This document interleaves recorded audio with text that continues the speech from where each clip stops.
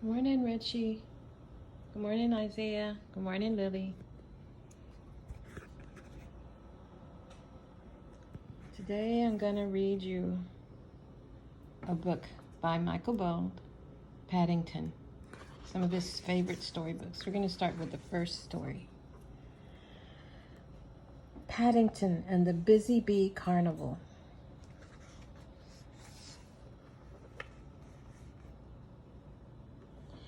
One day, Paddington's friend, Mr. Gruber, took him to a surprise outing to a park at London known as the Little Venice. It's called Little Venice because it's by a canal, he explained. And every spring they hold a big carnival. Boats come from all over the country to take part in the celebration. Paddington always enjoys the day with Mr. Gruber. He waves as one of the boats went past. All the people aboard waved back at him. See?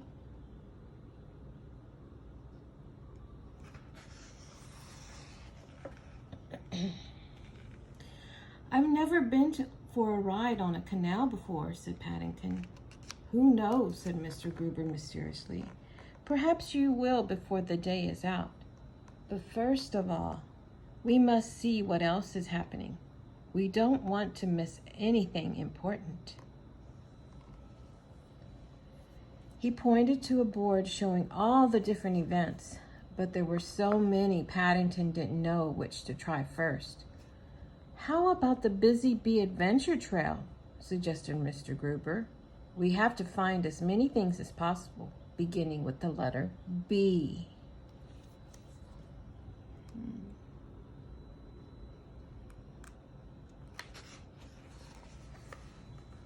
Paddington thought that sounded like a very good idea, especially when Mr. Gruber told him the first prize was a free boat ride for two. Bears are good at trails, Mr. Gruber he explained. Looking around, he could already see lots of things, beginning with the letter B. Apart from B for board, there was boy blowing bubbles, a man eating a bagel, and another with a broom, and a barbecue, and a lady selling bananas. There were boats everywhere and a lot of balloons. There was even a man playing the banjo in the band. See?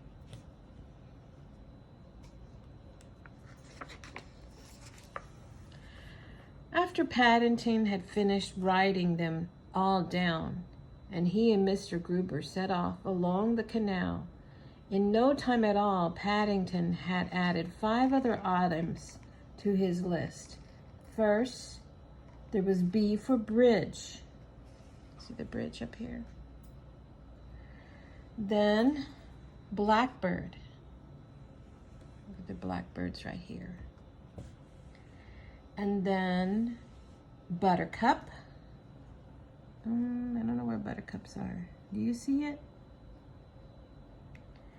Blossoms. There's some blossoms right here. And then butterflies. Look, there's a pretty butterfly there.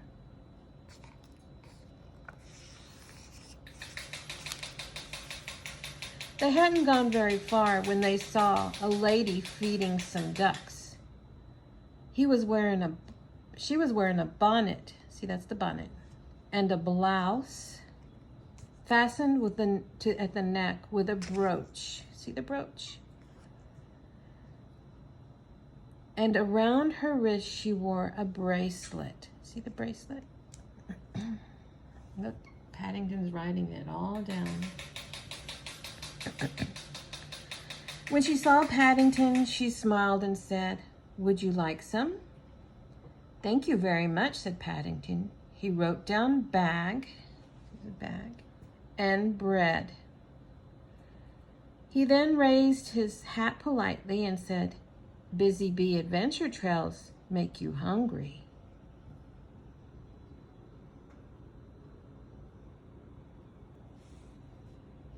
Look, there's a boy there.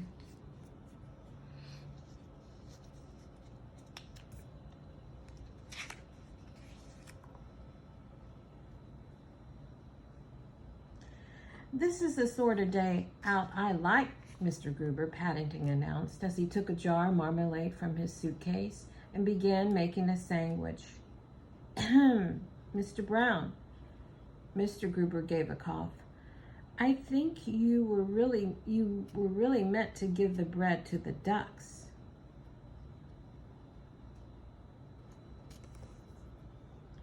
Before Paddington had time to reply, there was a loud buzzing noise and something landed on his marmalade. Paddington gave the object a hard stare before adding B into his list. See the B?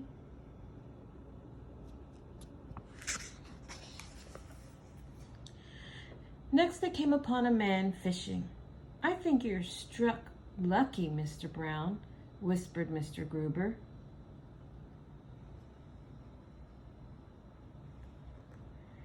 He waited patiently while Paddington wrote down box, a beret, beard, buckle, boots, bucket, basket. Would you like to have a try? Asked the man. You can use some of my worms if you'd like. Paddington thought that was a very good idea, but first he wrote down the B for bait. See the bait? Uh-oh, look, the bait got away.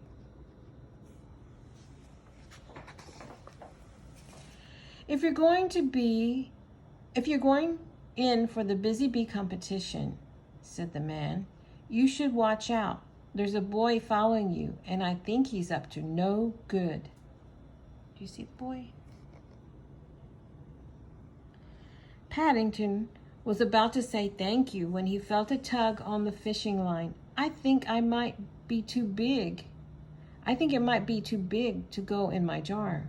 Whatever it is, he exclaimed. It feels like a W for a whale. Let's see.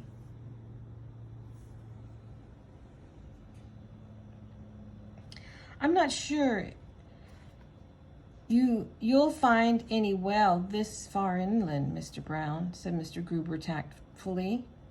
All the same, to be on the safe side, Mr. Gruber tied some rope around his friend.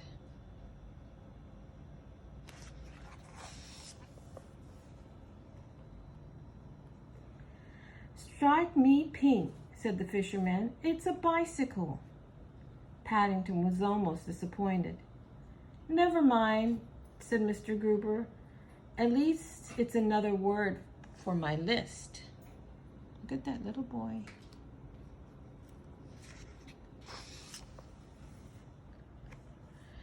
Shortly afterwards, they came upon a stretch of water with high banks and trees on either side.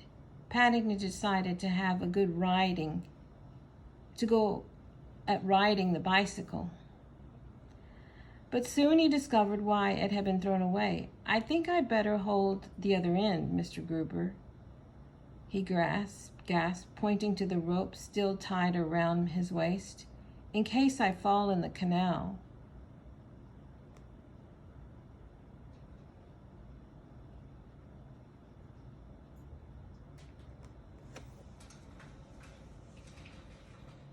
Mr. Gruber was about to explain that if he did that, there would be nothing for anyone else to hold on to, when he saw the look on Paddington's face. Is anything the matter, Mr. Brown? He asked. I think we're being followed by a bee or a bush, Mr. Gruber hissed. Paddington. The little boy's still following him. Come back, shouted Mr. Gruber, whoever you are. Meanwhile, Paddington added binoculars to his list. While he was riding, a boat went past, and one of the passengers had a baby on her lap. She was feeding him from a bottle. The baby was wearing a bib, and his sister was holding a ball. See the bib and the ball and the bottle? They all start with B.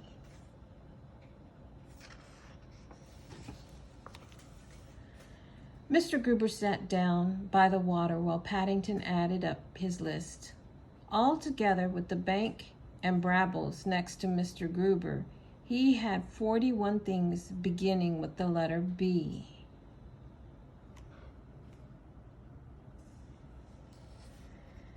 Mr. Gruber looked at his watch. "I think it's time to go back, Mr. Brown," he said.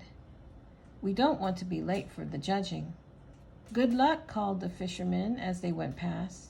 "We shall be cheering you on," said the lady feeding the ducks.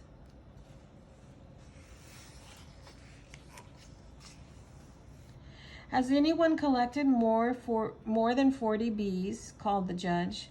"I have," cried Paddington, waving his piece of paper excitedly. "I've 41. "So have I," came a voice from nearby. Mr. Gruber looked over the boy's shoulder. "This list is exactly the same as young Mr. Brown's," he said sternly.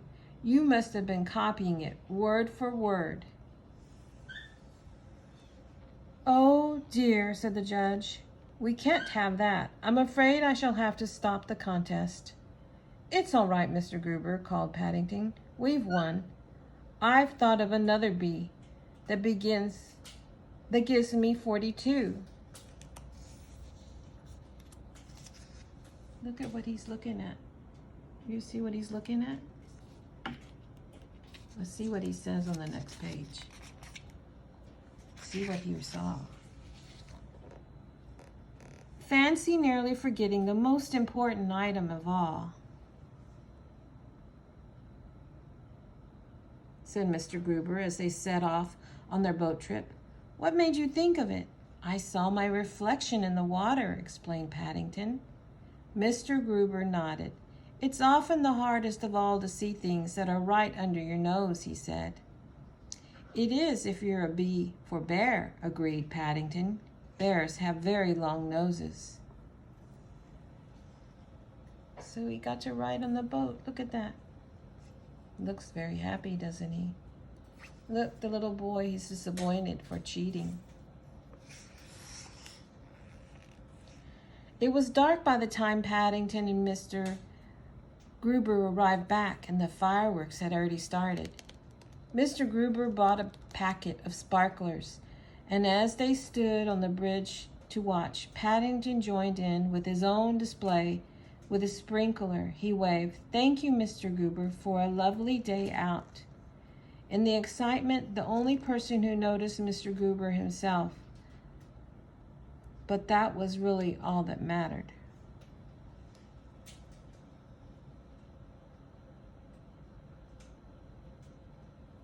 Look.